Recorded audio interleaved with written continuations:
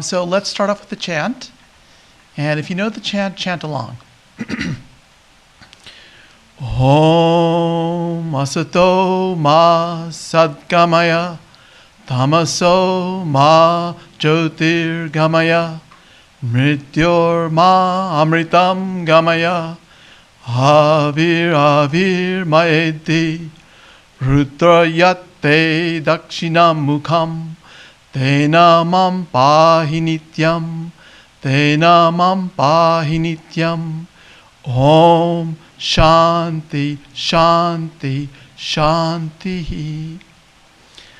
Lead us from the unreal to the real. Lead us from darkness to light.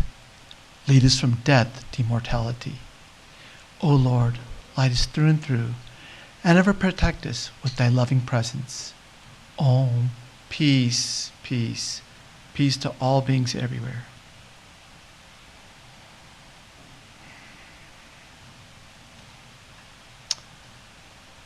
So first, I just want to say thank you, everyone, for coming. And I feel like Mother Durga in some sense. This is my once-a-year darshan.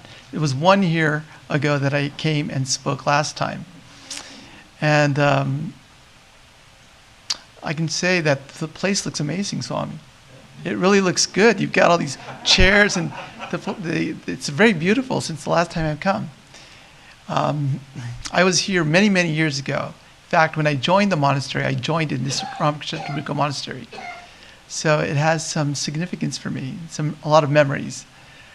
And so the last time I came here, I believe I had just finished a program at Harvard University, and I had studied chaplaincy.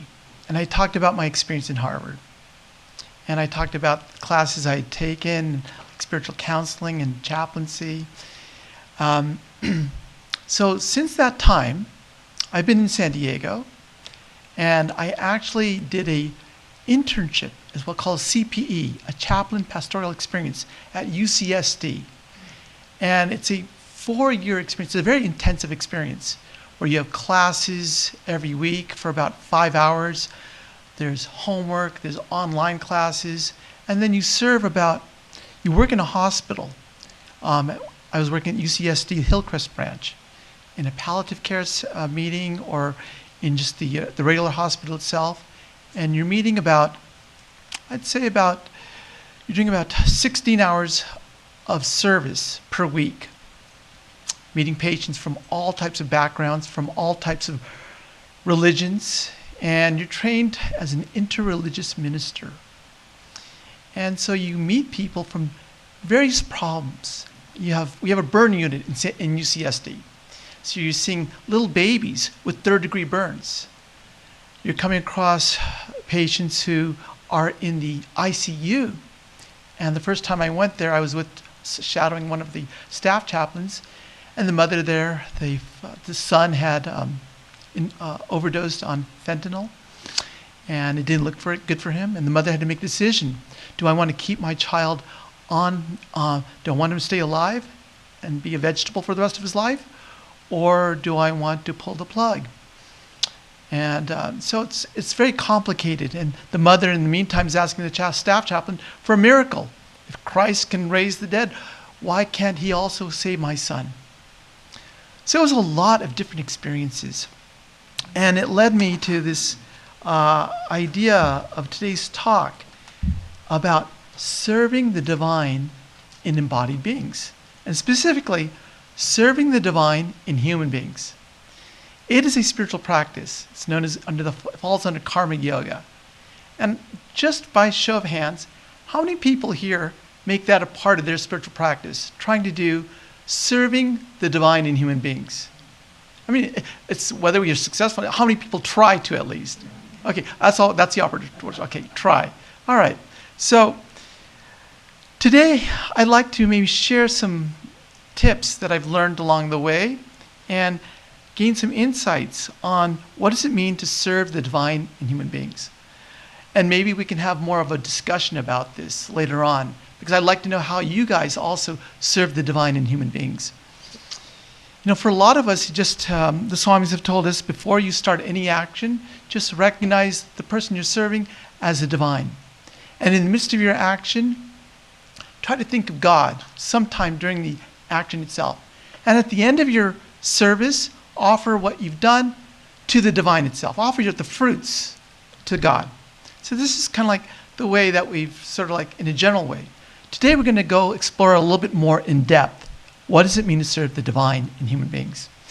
So do you know the term actually, next slide. The term actually, this is part of a, we're going to skip, because I'm going to try to maintain time. I'm known as a long talker, so we're going to try to limit this to but just to tell you that in doing seva, or selfless service, or serving the divine in human beings, it's important for us to have self-care. That's what I found out working in the hospital. If I am feeling good, if I am centered, then I can bring in that aspect of seva to the patient. And so it's very important. And I'll just, in brief, I'm just going to tell you, what do I mean by self-care? Take your meds. Do you know what your meds are? It's an acronym that I've come across. M stands for meditation. E stands for what? Exercise. D stands for diet. And S stands for sleep and support. If you take your daily meds every day, you will then be centered and attuned to doing proper service. All right? So that's just one quick suggestion. Next slide. All right. So there's this concept we have in the Ramakrishna order, in this, specifically this order, Shiva Gane Jiva Sheva. It means serving humans, serving embodied beings. And today's, what we mean by embodied beings is humans. It could be other cats, animals, but today we're focusing on human beings as Shiva, as the divine. So I just want to briefly go into where did this idea come from? All right? Next slide. So it actually came from Sri Ramakrishna. And Sri Ramakrishna was in a discussion. It was sometime in 1884, and he was talking about the salient points of the Vaishnava tradition, the tradition of bhakti. And in his little comments, he said that in the Vaishnava tradition, it talks about three salient points. One is one should have love for God's name, name ruchi. The second is that one should do service to devotees, Vaishnava sevan. And the third point he mentioned was one should have sympathy for all beings, sarve jive, daya. He uses this word daya, daya for all beings. As soon as he said this, sarve jive daya, he went into samadhi. Now, the author, Swami Harinamananda, who translates Sri Ramakrishna's life from Bengali to English, translates daya, this word daya, as compassion. But I believe if you look at it in today's context and try to understand what the word means today in psychological terms, the better definition for this would be sympathy. So that's how I'm going to translate it as. So when Sri Ramakrishna comes out of samadhi, after he says sympathy for all beings, he comes out. This is what he says. Sympathy for all beings? How foolish to speak of sympathy. Human beings are as insignificant as worms crawling on the earth. And they are to show sympathy to others? That's absurd. It must not be sympathy, but compassionate service to all. Recognize all as manifestations of God and serve them as such. When he came out of samadhi and says he was really charged, why do you think he was so irritated? All right.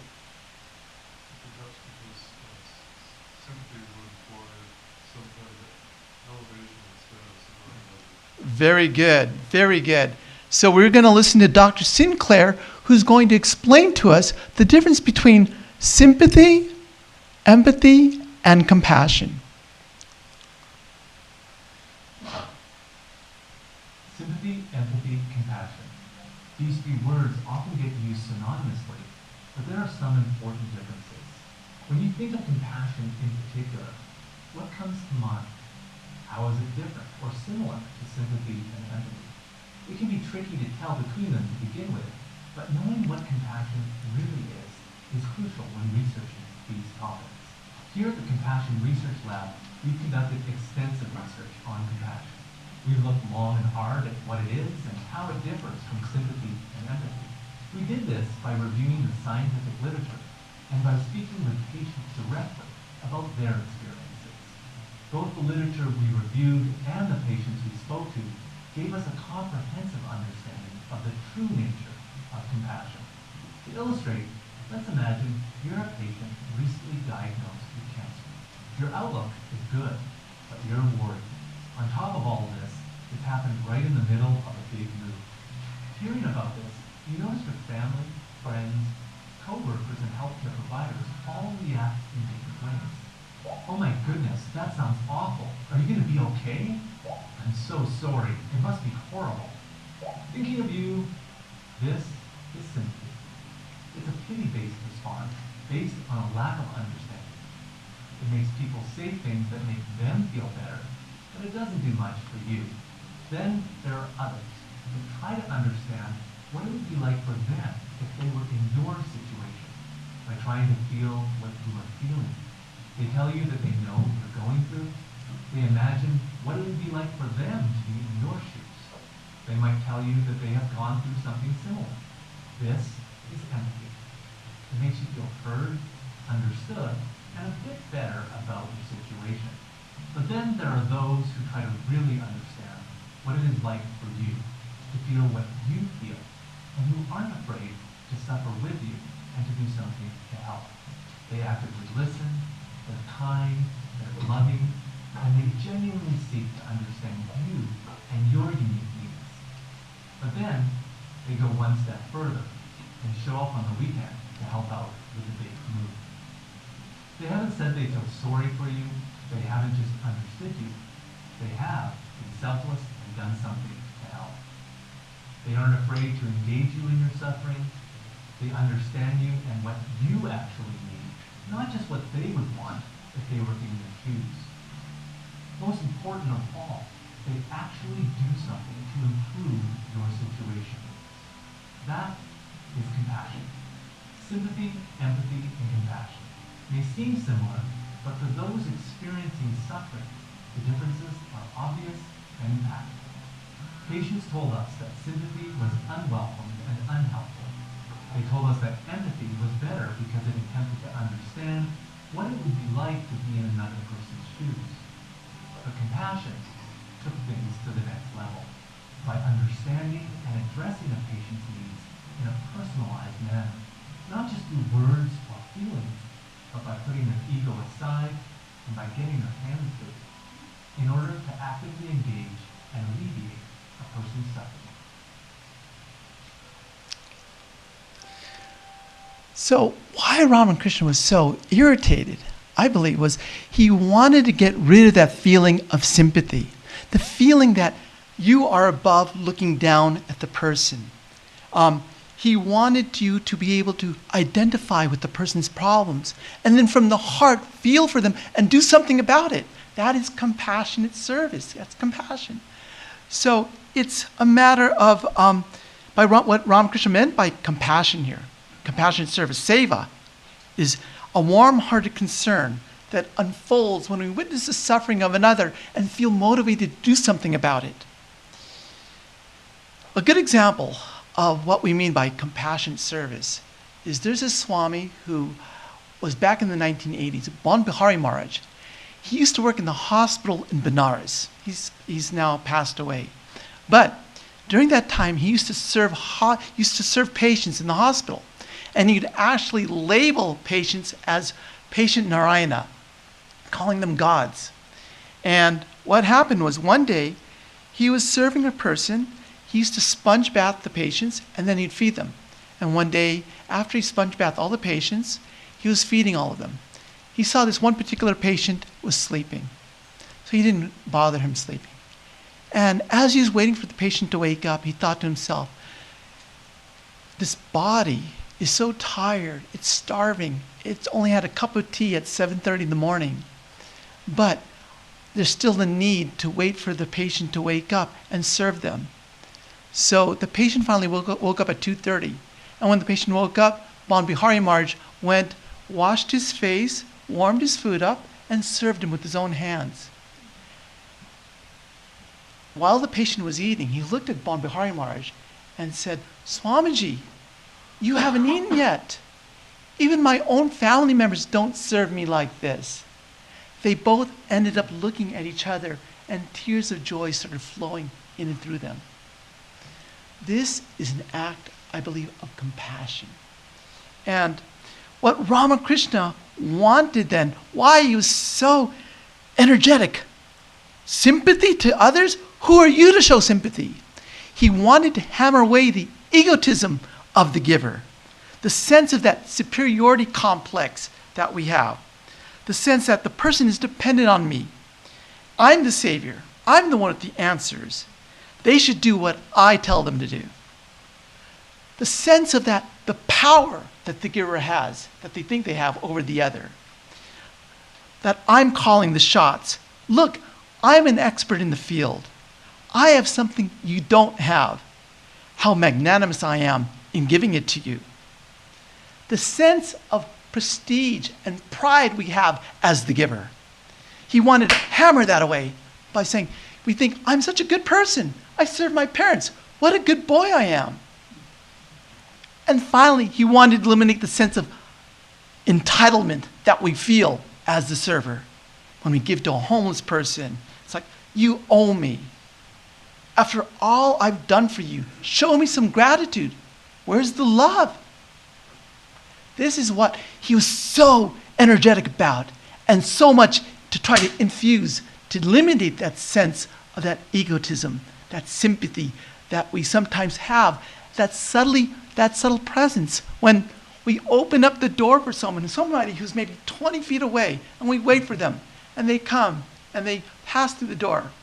And instead of saying thank you, or not even acknowledging us, how do we feel? I mean, imagine some of us who, out of the unselfishness of our hearts, we try to serve our partners. We make terrific food. We clean the house up. And what we find they're calling up telling us that, oh, they're going to a Dodger game instead. How do we feel? There are devotees, we do this all the time, who go and cook for the Swamis. I'm going to do an unselfish act. I'm going to cook for the Lord and give it to the Swamis. And then they feel frustrated because the Swami didn't even taste their food because there's so many other foods there. How do you feel? It's our sense, exactly. It's our sense, that subtle sense of the egotism that arises in that. We're all in this. I remember this summer, my mother had to have surgery. You know, I was working as a chaplain this whole time for the past year as a chaplain intern. So I thought, during the summertime, my mom had to have this reverse shoulder surgery. So she's going to be out for 6 weeks in a nursing home, in a hospital, and then finally back at home. And my father, who's very elderly, so I thought I'll come and help serve. When I came home, I saw my father had aged quite a bit. To me, it seemed there's a sense of helplessness. So I thought I'd come in and saw everything, and I'm like, okay, I'm going to handle this, Dad. I'll take care of everything. So I ended up trying to, unknown to myself, and trying to control everything. I'd tell my dad, hey, Dad, we need to get ready by this time if we're going to go see Mom in the hospital. Let's go, let's go, let's go. I ended up cooking food and thinking that this is best for him to eat, so he should eat it. I ended up just basically driving all the time, thinking that, my dad, well, this will just help him because he can't see very well. And let me just do all the driving. It's just a lot quicker to get there and more efficient. What started happening was we started getting into arguments. My dad started pushing back against what I was doing. Do you know that it's so much easier to serve someone who is at a distance from you and so much more difficult to serve someone who you're more intimate with? That is the advanced course in Seva. in worship. Let me tell you from experience, okay? Before you get to that level, practice with people who are strangers, all right? So every day, I'd end up getting into these arguments and feeling a sense of being unappreciated. And thinking to myself, how is it I start off the morning with good intentions, and at the end of the day, I'm feeling like Arjun in the battlefield, where I feel wiped away. And then it occurred to me, was I trying to meet my dad's needs, or was I trying to meet my own needs? And it just started hitting me that as I looked at my dad, I started to notice he didn't want to argue, but it was his need for independence that wasn't being met.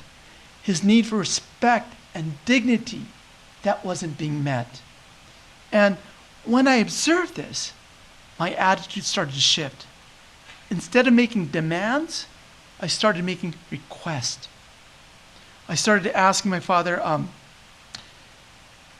in a softer voice, is it okay? It appears you have an appointment today at the physical therapy. Would you like a ride there? Or what time is it convenient for you to go to the hospital? Or what time would you like to eat? Or what would you like to eat? It started softening things up. I started becoming sensitive to his needs. And another thing, I didn't want him to feel like he was burdening me. So I started doing things that gave him a sense of self-confidence, self-respect. So it's in this that I see that Hafez wrote a poem. He says, even after all this time, the sun never says to the earth, you owe me. Look what happens with a love like that. It illumines the whole sky.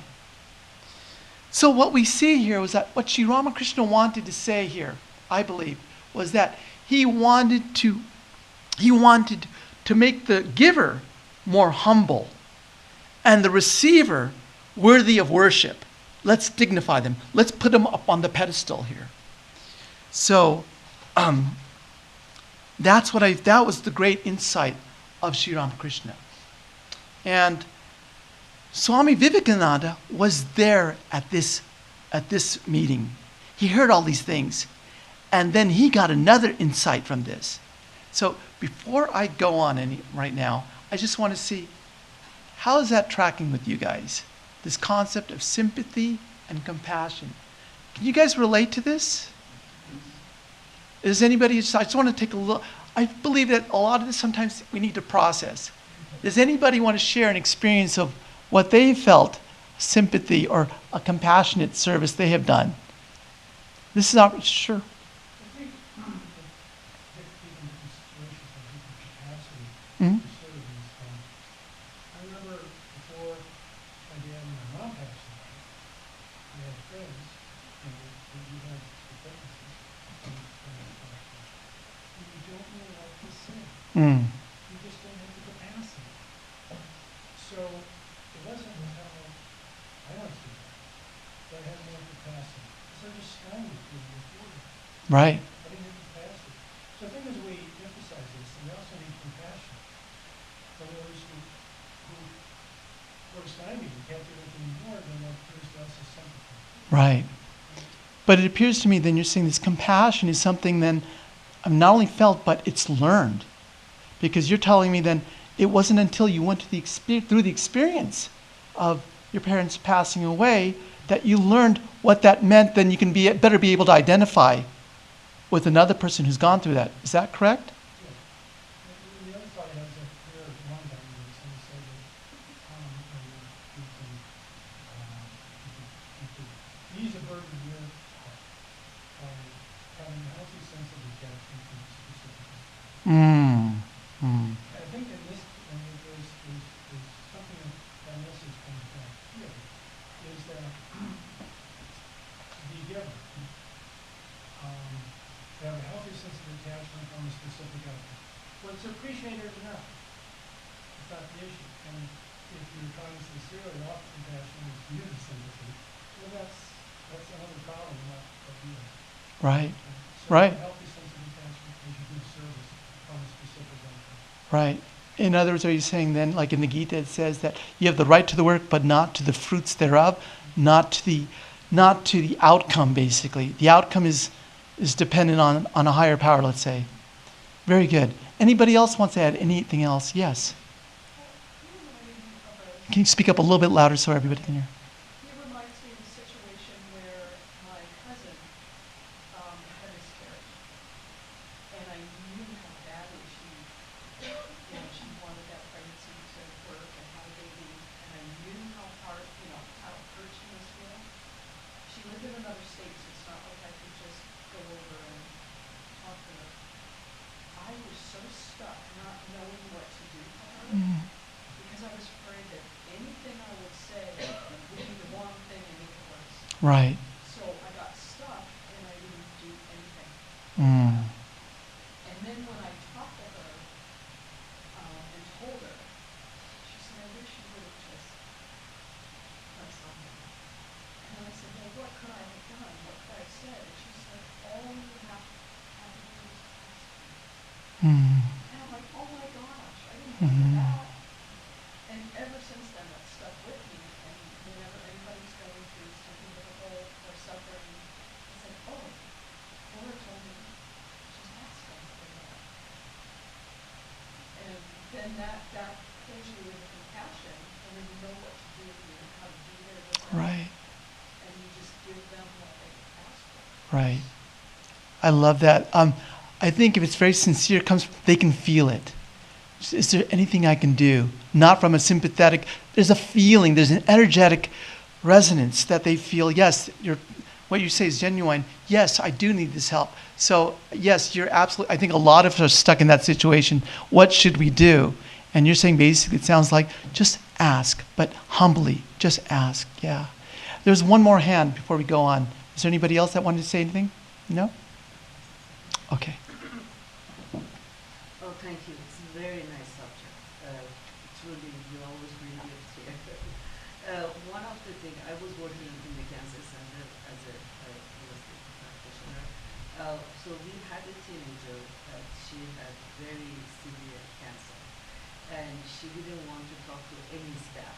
Mm. So anybody goes to help, she didn't, because she felt the sympathy or anything that she didn't like it. And I was doing the same thing, but then I find that no, let's see what she liked, and I do the same thing what she liked. And I know she was a painter, so I started painting with her. I said, how can I learn from you? This is a fascinating painting you're doing it. And by that time, by end of the month, we were the best friend. And now, compassion brings her healing. Her healing was much faster than if the other staff was feeling. So the compassion was very positive from that time. We learned to have compassion for our, clients and Right. patients. So that brings healing faster Yeah. than feel sympathy. I think a lot of this, thank you for sharing that. A lot of this is really like we impose what we think the person needs as opposed to being receptive to what they need by truly asking and creating space for them to allow us to listen. So thank you everyone for these wonderful insights. So now let's take it to the next step, what Swami Vivekananda had done. So he was there, and just basically, I'm going to tell you, Swamiji basically was there, and he said, I have got a wonderful insight today. His insight basically was, let us take this aspect of compassionate service and let us make it a worship. Let us go from being person-centered to making it God-centered. And by becoming God-centered, any action that is done to the divine becomes a worship. And then that benefits not only the person, but it also benefits our own selves as a spiritual practice. So Vivekananda, he came out of that discussion. Sri Ramakrishna goes, I've learned a wonderful insight today. He goes, I realize that monks, we don't have to go to the Himalayas and practice austerities and do spiritual disciplines in the Himalayas.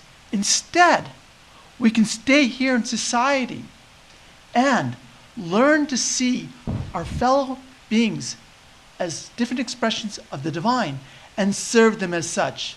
If we can serve them as divine, as God, then we ourselves can also get mukti. We can also get freedom. That was his insight. And so, let's go to the next one. So afterwards, he stated this. I'm just going to read this because I just want to summarize. This is the idea here, but the summary of this is that let every person do what they are doing. There's no harm in that. But it's really important first that they are convinced that it is God who is manifested before them, and that is who they are serving. In the Brihadaranyaka Upanishad, it says, Eko ham uhu yasam prajaya yeti. I am one. Let me be many, and let me embody myself in all these forms. We are all the living expressions of the divine. Today, this is all the celebration of Durga Puja. Durga is the divine mother, and she comes in so many forms. There's the Nava Durgas, the expression of Durga in the form of the depressed. Vivekananda said, "My God, I worship in the poor, in the miserable, in the low, in the depressed, in the suicidal." These are all forms of the manifestation of the divine, and they are all us. Next, he says, first, recognize who you're serving as the divine. Next, he says, those in whom with whom you come in contact with, whom you love, balabhasha, respect, someone, honor, shraddha, and show kindness, are all the divine herself. What he's giving us here is the template for how to do serving the divine in human beings. If you can show a person love, respect, show the honor, if you believe in the person like a coach believes in an athlete, you can do it. You can get better. The divine is within you. It just has to manifest forth. If you have that belief in who you're serving, that power will come out. And kindness. Then, whoever you serve, that is worship. And that is the divine right in front of you. If you bring these four qualities here. He goes on to say, then, if you can look upon the person as Shiva, as the divine, how can there be any occasion for anger, hatred, arrogance, or even kindness to them? When you serve the human as the divine, your heart will be purified, and you'll be eternally pure, awake, and feel the bliss absolute. This is a matter of a cause and effect. If you do this, this happens. You experience your divine self. And the next question we should ask is, well, how do we do this? All right? So how do we worship the divine person? A person comes in front of us, well, how do we do this? We've heard about this. Okay, so what I'm going to do here now is try to give you somewhat of a practice, right? I believe that worship is just like puja. Puja actually means worship. Puja is where you have a shrine and you worship the divine in an altar. The same thing is what we're doing here. Instead of the altar, the image of God being in the altar, the image of God is embodied in the human being you are serving. So, how do we do this? Well, in puja, how many people practice puja here for a moment? Is that part of your practice? You can raise your hand so I can see a little bit. Okay, don't be shy. Okay, so a few of you. All right.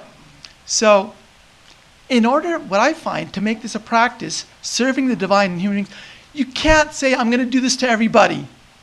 It doesn't work.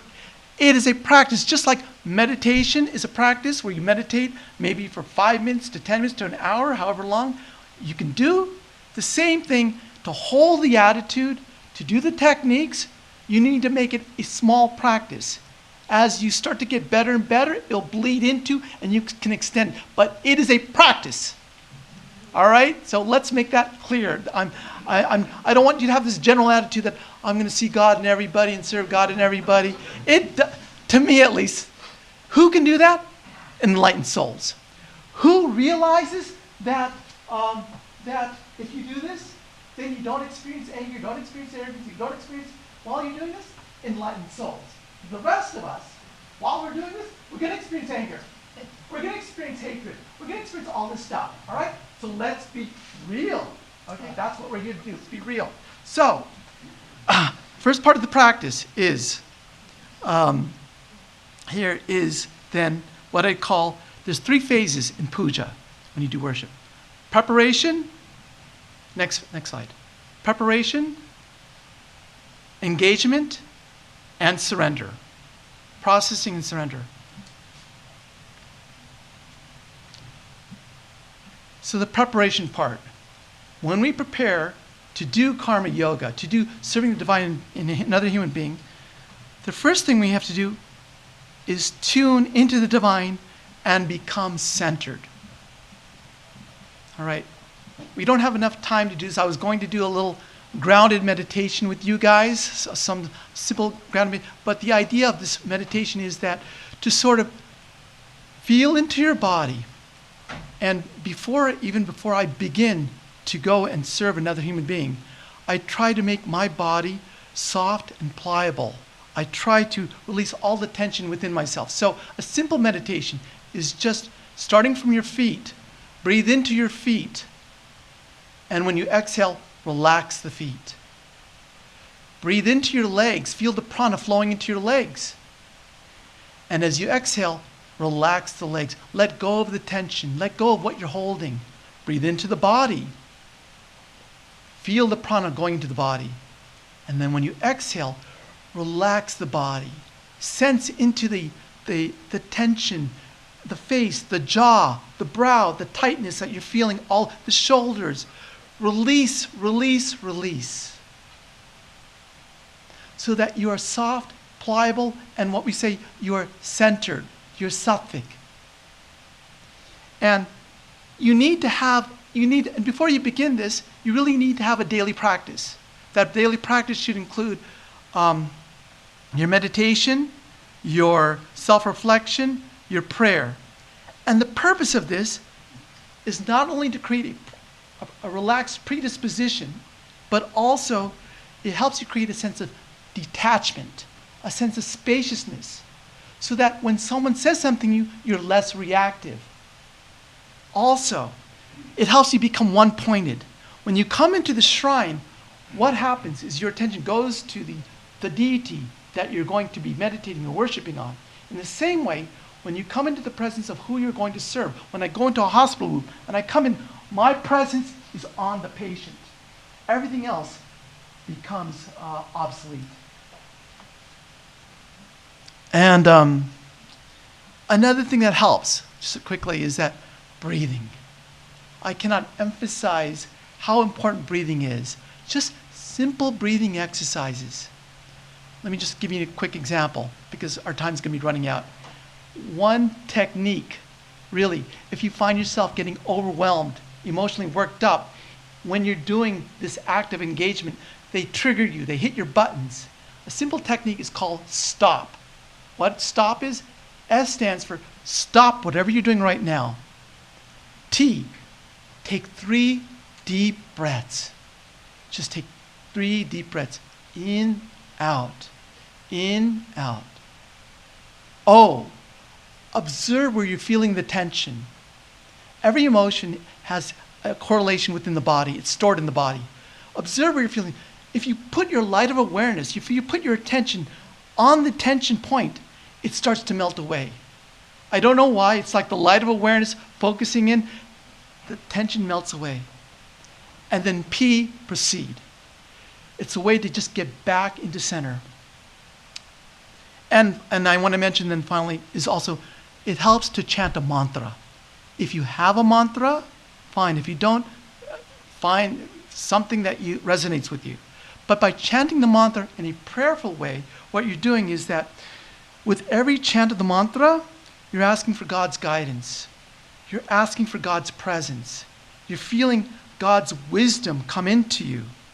So you can chant the mantra as a prayer where you're being receptive as an instrument, filling yourself with more and more divinity. Because at the end of this preparation, what you want to do is you want to acknowledge and feel the divine within yourself. And I sometimes I point to the heart here. You'll see us sometimes see that when one person makes pranams to Swami, I used to see in Belamat, they touch their heart, acknowledging. They're not making pranams to me, they're making salutations to the divine within me. So just, I touch the heart as a way, acknowledging the divine. This is necessary before you actually begin engagement. There's a saying in puja, in worship, Devam Bhutva, Devam Yajet. To worship the divine, you must become divine. To like attracts like. And unless you acknowledge the divinity within yourself, you cannot see the divinity in the other. So it starts right here. The next thing to do, we can go to the next slide maybe. I think it has. Okay, good. The next thing to do is, in puja, what do? We make a sankalpa. We make an intention. All this is still part of the preparation before you actually meet with the person you're serving. And the sankalpa is that basically, what's your intention, what's your motivation in doing your worship to the person? And basically it can be that you're asking, may I be receptive to the person's needs and help them overcome their suffering. And in this process, may I also disentangle from my own suffering and feel more and more the presence of divinity within.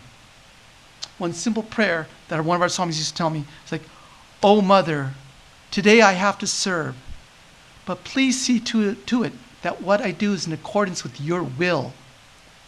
I have limited knowledge about what's going to happen in this situation. I can't see the ends of my action. So you please see to it that what I do is for the welfare of the person I'm serving and for myself." Just setting an intention, even if you don't know what to do, everything else will manifest. But it's critical to have the right intention. And by doing that, you open yourself up to receptivity of feeling that divine grace within yourself. You're starting to feel purna, full, feeling that divinity within you. Otherwise, when you come into service, what's going to happen? You're going to serve according to the ego's needs. And what does the ego want? The ego wants attention. So you're going to serve according to your own securities, looking for love, for recognition, for affirmation. You know, as I'm lecturing to you right now, I'm looking at everybody like, where's my love? I'm looking for people nodding. Give me the love, show me something. That's the ego wanting that affirmation, that acceptance.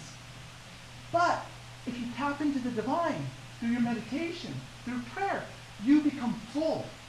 And when you're full, then you can truly give unconditionally. Because you're no longer expecting that person to fill your own needs. So that is the purpose of making a sankalpa and prayer. Now, Swami, what time do you want me to finish by? Oh, yeah, that's good. That's good. Otherwise, we are video recording this. Sure. I'm always conscious of the time here, so I try to be now. It's a new sankalpa. Is it working? You just press the on button. Okay, got it. All right, thank you. So now let's go to the actual engagement. All right. In the actual engagement, meaning what? Meaning in puja, what are our offerings? All right, well, first, when we come in, it's important to recognize the person you are serving as divine. So all this means is that Vivekananda says, if you have the conviction that who you're serving is divine, then it becomes worship. Remember what I said? If you're serving God, then that is worship. If you're serving a person, then it's seva. We want to turn our seva into a spiritual practice, which is called worship. So when you come in, you can do this. mentally say to yourself, you can think, Namaste, the divine in me salutes the divine in you. And you look them in the eye. Or you can go, many monks go, Om Namo Narayana. Or just, Mother, I salute you. Just in whatever way. One of our physicians told me that as they come into the patient's room, they would just slightly touch the patient's feet as a way of just honoring and the divinity within them. Bon Bihari Maharaj, do you remember who I talked about previously? He used to label each patient as Narayana. So he'd say, oh, there's Bob Narayana, Bob God in the form of Bob. He would say, Sarah Narayana. He would just put that in his head. That was a practice he did. All right, after you do this, then now you're actually, what are your offerings? So in puja, we offer flowers, we offer sandal paste, we offer all sorts of things. So what are the offerings you're going to bring to the person that you are worshiping? Well, let me just give you an example.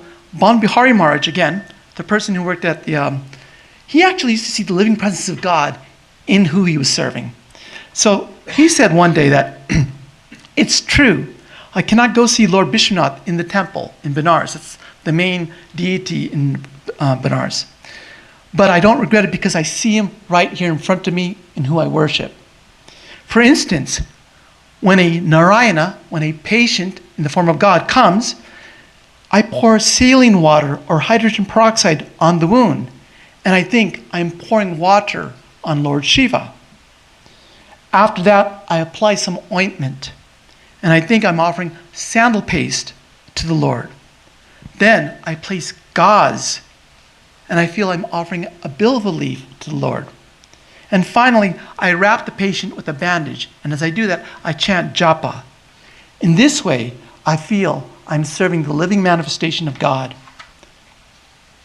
So in the acts of worship, we talked about Swami Vivekananda, and he said, if you have someone show respect, bhalavasha, love, if you have shraddha, if you have faith in the person, and kindness, then that's an act of worship. So what I've discovered in chaplaincy, that there are 4 things that I have found that help me as acts of worship. These are the tools, the ingredients I bring into every worship. And I think they can be used for everyone. And they are presence, the art of listening, empathy, and self-awareness. And because our time is very short, I'm just going to tell you very quickly that by presence, what I mean here is that holding a compassionate, loving spaciousness for the person. Being present means you're fully engaged with the patient or the person you're worshiping. It means turning all your cell phones off, your pager off, and giving 100% of the quality of your attention to that person. And when you create presence, what happens is you allow that person now to be receptive to you, to pour into you, and to just, with a non-judgmental attitude, that presence, you allow them to pour, and they empty themselves of all the stuff they have inside to you. That, I feel, is one of the greatest gifts we can give anybody, is our presence. And they can feel that quality of presence. If you find someone who gives that to you, hold on to that person. The second thing is that active listening. And in short, you're coming with the point of view that just like the Lord in the shrine, I'm interested in you. I'm concerned about your needs. Swami Harinamananda used to say, when he was a Swami who used to serve the homeless people, but he said, you serve the person according to their needs, physical, mental, spiritual. So you have to be in tune with what the person needs. And that can be done through active listening. Active listening here means listening to the words of the person, listening to their body language, listening to the energy that they're projecting out towards you. And it's those emotional cues that you're hearing. It makes them feel that they are heard. And you become sort of a mirror for them to reflect upon. not only do they pour into you, but then they can start to see all the things that they are doing. And you give them a chance. You become like a spacious mirror. They start to see all this stuff. And then they start to figure it out for themselves. In chaplaincy, we take a Vedantic approach. We believe that the patient has all the answers within them. All we're doing is creating space for them to pour out and see all the sort of, it's like objectifying it, bringing it out of you, and then seeing everything. And then we're just asking questions, reflective questions, by paraphrasing, by summarizing, by asking questions so that they can figure out the answers for themselves. And the third thing here is empathy. I won't go into that much. We've talked about that. It's by identifying with the person's pain and suffering that you can do. And then finally is this self-awareness. And I'll talk a little bit about this in the last 2 minutes. But by doing all this, what's going to happen? Next slide. So by doing all this, what's going to happen is that there's going to be the churning of the ocean. All right, the churning of your own mind. So what happens? We talked about in puja. In puja, you offer all these things and you get prasad. Do you guys know what prasad is? Okay, it's the gift you get from the divine, right? So usually after you do worship puja, you're feeling blissful, you're feeling like you've got close, there's more intimacy between you and God, you're in a meditative state, and you have all these great offerings, whether it's food, things that you got to receive. So you're feeling very joyful usually. When you worship a patient, or when you worship somebody you're close to, what happens? Well, sometimes you get the gift of what we call endurance. When I was a chaplain, you get the gifts of they tell you how grateful they are for you. And they're very positive affirmations they tell you. But other times, you also get a lot of negative energy towards you. You know, they start to yell at you. I remember one time as a chaplain, I went to it was during Hanukkah, and I went to a Jewish patient's room, and he was more of a staunch, like a fundamentalist, let's say, and I went in there trying to serve to make sure he had all the needs, the food, everything he had met. And I remember that he asked me a question about Judaism, which I didn't know the answer, and he started yelling at me. And it triggered him, and he just started yelling. And then I tried to go through that. I tried to tolerate that, and I tried to work through that, and try to meet any need that he had. What I was told by my advisor is that sometimes you have to know when to stay, and then you also have to know when to go. My presence was inflaming him. It was creating, instead of my presence bringing joy, it was bringing anger. And I should have left. I stayed there for 35 minutes, getting all burnt up. Instead, I should have left after 5 minutes. So in this Samudra Mantana, what happens is that it's the epic story of the gods and the demons. They get together, and they've heard there's this Amrita, this nectar of immortality that's in the bottom of the ocean. So what they do is they get this snake, it's tied into Mount Kailasa mountain, and they start churning the ocean. Like a tug of war, back and forth. They go back and forth. And then things start coming up from the bottom of the ocean. And one of the things that comes up before they got the Amrita was called the Hala Hala, right? Oh, sorry. The Hala Hala. The Hala Hala is a black poisonous substance. When it came up, all of a sudden, the demons and the gods started suffocating. They had this shortness of breath. And then they started praying to Lord Shiva. Shiva, help us, help us. And Shiva came, and what did he do? He opened up his mouth, and he took in the poison. He neither swallowed it so that it infected him, or neither did he spit it out to somebody else. He just made space for it. He created spaciousness for it. That's why he's called the Nilkantha, the blue-throated one. So when you're doing the act of worship, what's going to happen is all these emotions are going to come up from the bottom of our mind. Sri Ramakrishna calls them Sat Ripu, anger, jealousy, envy, hatred. All this stuff's going to come up. But you know what? As Vivekananda says, it comes up for a reason. It's so that we can get purified. So the importance of this is that when it comes up, is to experience it and release it, not to repress it. Now I've got 1 minute, so I'm going to kind of like summarize this really quick here. So the idea here is that if it comes up and you try to suppress it, don't do it, it leads to emotional toxicity, which in Ayurveda is called ama. And that means that you are basically, if you feel fatigued, irritability, if you have a lack of enthusiasm, if you feel emotionally negative or cynical in your outlook, it's because you haven't dealt with the hala hala. You haven't given it the hara hara. Shiva's hara hara. You have the hala hala there. So the way to end, and now just the quick way to end with how to do this, how to process this. I'm just going to give you a simple technique that we learned in chaplaincy, and it's called the ruler method. Next slide. Okay. And this is under self-awareness, all this stuff here. Next slide. Okay. So the ruler method is basically a way of emotional cleansing, emotional clearing. And the idea here is that it was developed in Yale by a few professors who said that by following this ruler method, you can become an emotional scientist. And what it is here is R, recognize your emotions. U, understand the causes, where they came from. L, label the emotion.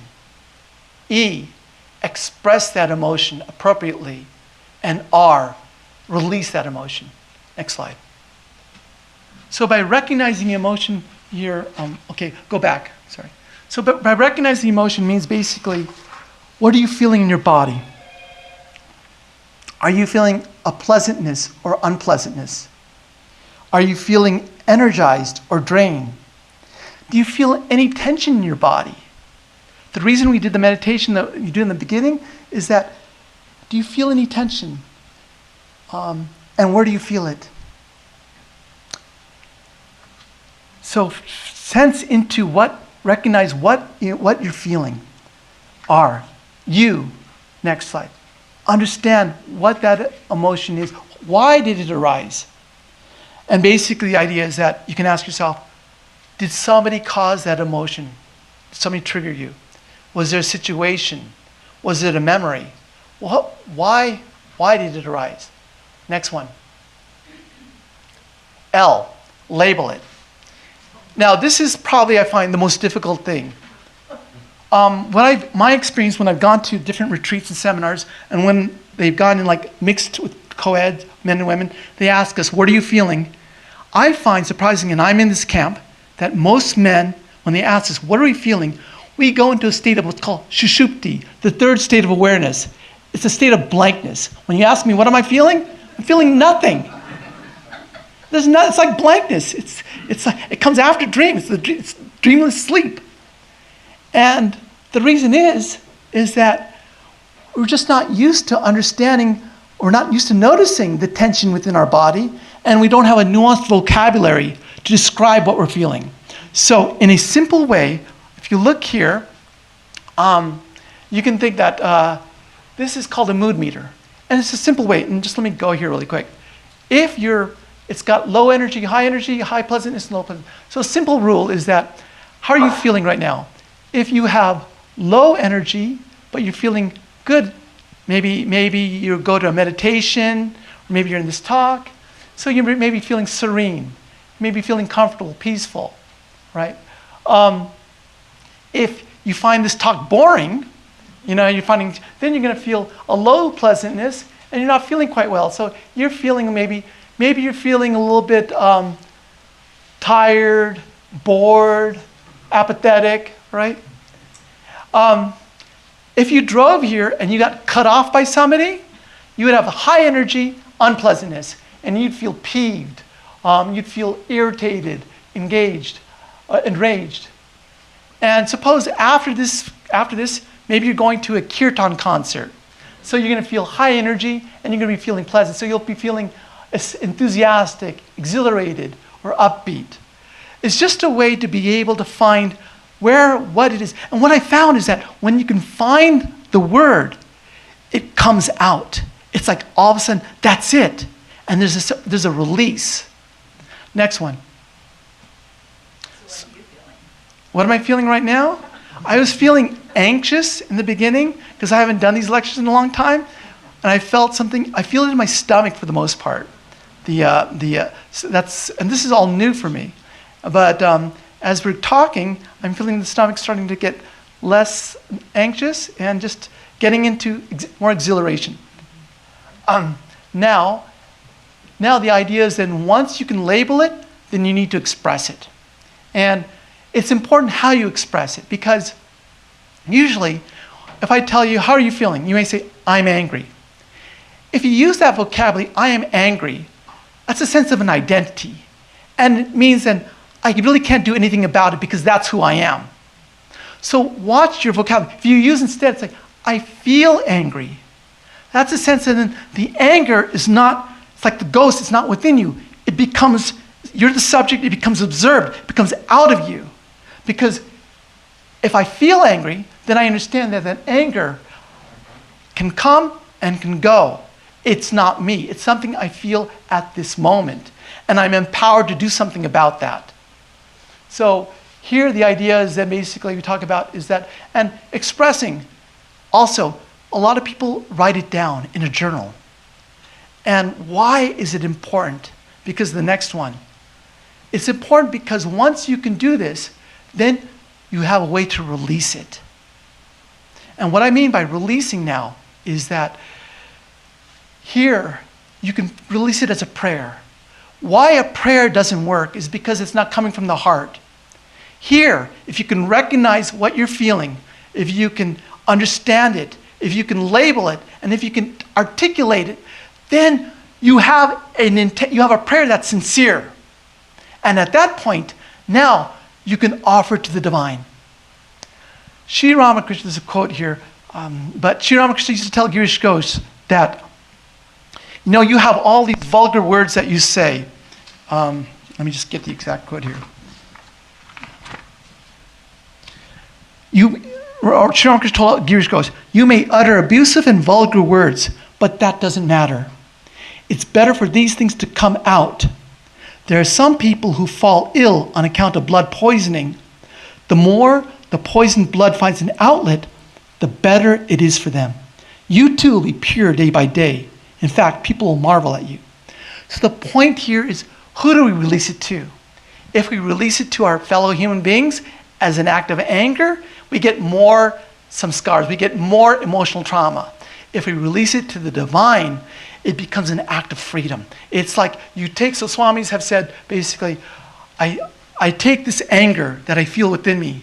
Oh Lord Shiva, may I offer to you, you who swallows all negativity, may you also swallow my anger and give me the amrita, the nectar. Let me experience my immortality. And Om Namah Shivaya. Or if you don't like the personal God, you feel the divine as the fire of consciousness. And you take your emotion and offer it to the fire. Swaha. And if you can, even like in the puja, we have a thing called Papa Purusha where we burn up the negativity within us. You visualize it, vam, drying up, ram, burning up, and then exhaling it out. And you feel free. I should tell you, if the emotion is emotionally charged, this does not work, it's not a one-shot deal. I've done this, I do it in puja, and then again, the person comes back to me, what they did, and then again I have to do it, and again I have to do it.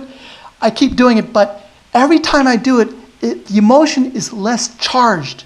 So when the person's image comes in front of me, I'm no longer reacting from my ego. I no longer have that anger. I can see the person and just be distant, be objective. So this is a way of releasing. Sorry, Swami, I've gone over 11 minutes here. So I just now, let me just summarize this, and we can talk more later. But so all of this basically is about, what did we start off with? We started off with how to serve the divine in human beings. That's what we started with here, right? And then I took you from Ramakrishna, Ramakrishna's insight, who talked about it's not sympathy, but compassion. Compassionate action. So, and then we heard Swami Vivekananda taking us from compassionate action to an act of worship, where not only do you raise the person you're serving, you make it an act of worship so they feel dignified, and you also benefit because it's a spiritual practice for you. You become more and more liberated. And in this process, what you find, as you do this, the hala hala comes up. And when that hala hala comes up, what do? As Sri Ramakrishna said, any emotion, mon guriyo jao. Take that emotion and turn it to me. Turn it to God. God is like the eternal fire. Anything you pour into God, it doesn't impure the divine. It just burns it away, and it remains itself ever pure. So that is the process of serving the divine in human beings. So I hope that this makes sense. Let me finalize. One of our nuns told me this. After you do the work, here are 6 questions you can ask yourself to know if your action was an action of worship or was a motivated action of something else. Number 1, did I remember in serving the person that I was really serving a manifestation of the divine? Number 2, what was my attitude in doing the service? Just one thing, just remind me because I forget. One of our swamis used to tell me that when they serve people who are very difficult, what they do is they think of them as the Vatsalya Bhava. They think of them as God as a child. And as a child, what happens? The child is reacting from its own wounds. My dad is not getting angry at me because I'm doing all these things. He's getting angry because from his own wounds, from his own insecurities, he's projecting that out onto me. So it's important to remember that when you're serving someone who's a little bit challenged, think of them as God has informed the child. And that as a child naturally gets angry at you because, it's got its own wounds that it's reacting from. It's not me. It's their own difficulties they're reacting from. Okay, so number 3, did my act of service require any self-sacrifice on my part? Was there any sacrifice on my part? Your partner may want to go to a sports game and you want to see a rom-com. Can you make that sacrifice there? That's a part of worship. Did I remember to offer my act of service to God when I was finished? That's the other part we did. After you're done with your service, you offer whatever you've done, offer the fruits, as you were talking about here, to the divine. Because the outcome is in God's hands. Let that go. So when we serve a patient in the hospital, we do our best, but at the end, we let it go. We don't know what's going to happen to the patient. But it's in the process of serving the patient that I became transformed. And I also feel that sometimes the patient also gets transformed. And finally, after you did this action, did you tell any friends or family about your action? Or seek any other form of recognition or compensation for your act of service? Was your act of service truly a worship, where it was for God alone? Or was there some subtle egotism behind that called the open secret? Vivekananda had this thing called the open secret, where you tell other people, you know what I did? I served this person really good. I served my mom really, but don't tell anybody because I don't want anybody else to know. So you have to watch all these things in your mind. And if you do this, then this can become an act of transformation for you. Thank you so much. Jai Ma.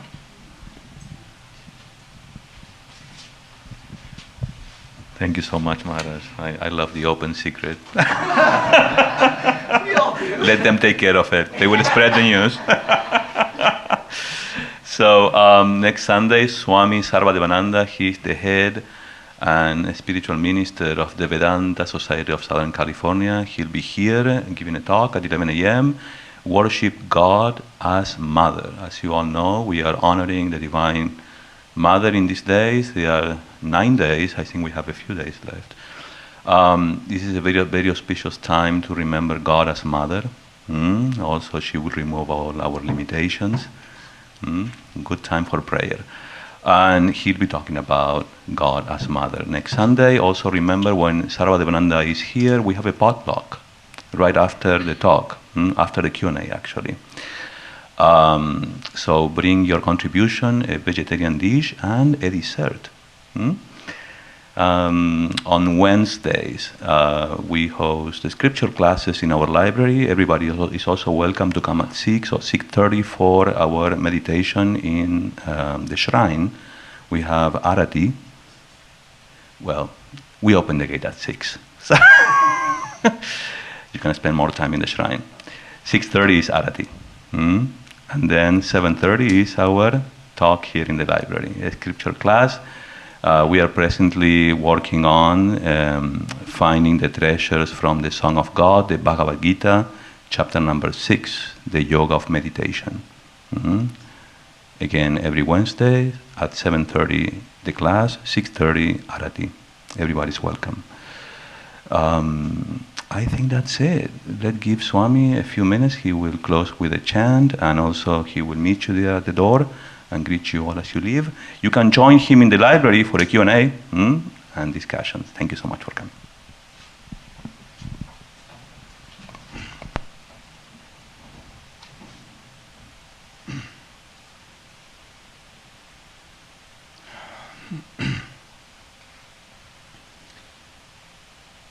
Om Dyo Shanti Antariksham Shanti Prithvi Shanti Apaha Shanti Oshadaya Shanti Vanaspataya Shanti Vishve Devaha Shanti Brahmam Shanti Sarvam Shanti Shanti Reva Shanti Sama Shantir Edhi Om Shanti, Shanti, Shanti.